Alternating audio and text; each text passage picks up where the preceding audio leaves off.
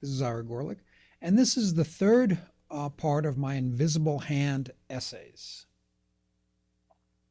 My father was fond of saying locks are for honest people.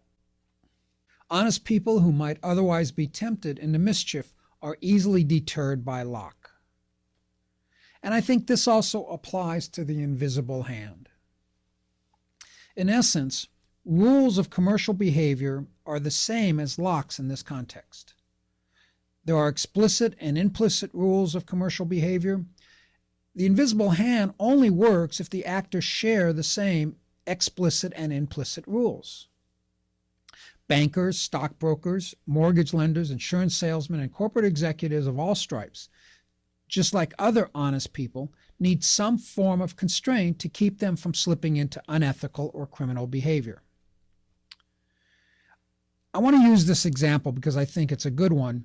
Former Federal Reserve Bank Chairman Alan Greenspan famously admitted in the midst of the financial crash that he had been wrong in his assumption that bankers would self-regulate for their own good and also for the good of the community. I made a mistake, he said, in presuming that the self-interest of organizations, specifically banks and others, was such that they were best capable of protecting their own shareholders and their equity in the firms. He suggested that his trust in the responsibility of banks had been misplaced. Those of us who have looked to the self-interest of lending institutions to protect shareholders' equity, myself especially, are in a state of shocked disbelief. The Congressman's committee, Democratic Chairman Henry Waxman, pressed him. You found that your view of the world, your ideology, was not right. It was not working. Greenspan replied, that's precisely the reason that I was shocked, because I've been going for 40 years or so with considerable evidence that it was working exceptionally well. Let me show you the actual video. The question I have for you is, you had an ideology, you had a belief that that free, competitive, and this is your statement, I do have an ideology. My judgment is that free, competitive markets are by far the unrivaled way to organize economies. We've tried regulation, none meaningfully worked. That was your quote.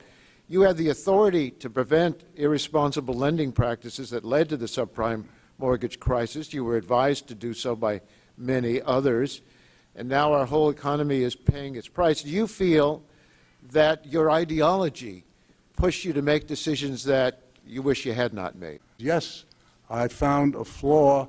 I don't know how significant or permanent it is, but I've been very distressed by that fact. But if I may I just finish an answer to the question previously? You found a flaw in the reality? A flaw in the model that I perceived is the critical functioning structure that defines how the world works, so to speak. In other words, you found that your view of the world, your ideology, was not right. It was not working.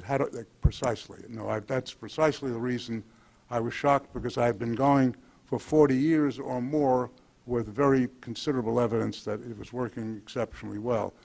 Throughout history, many business executives have slipped over the ethical line to become con men, liars, and cheats, Enron, MCI, and Lehman Brothers being just three examples. Corporations, originally licensed strictly to serve the public good, act without conscience and without ramifications as they exploit workers and dump poisons into our rapidly deteriorating environment. Clearly, not every businessman is dishonest, of course. But said differently, not every businessman is honest. Is the invisible hand sufficient to eliminate the harm from bad actors? My personal opinion is I don't think so, at least not by itself, at least.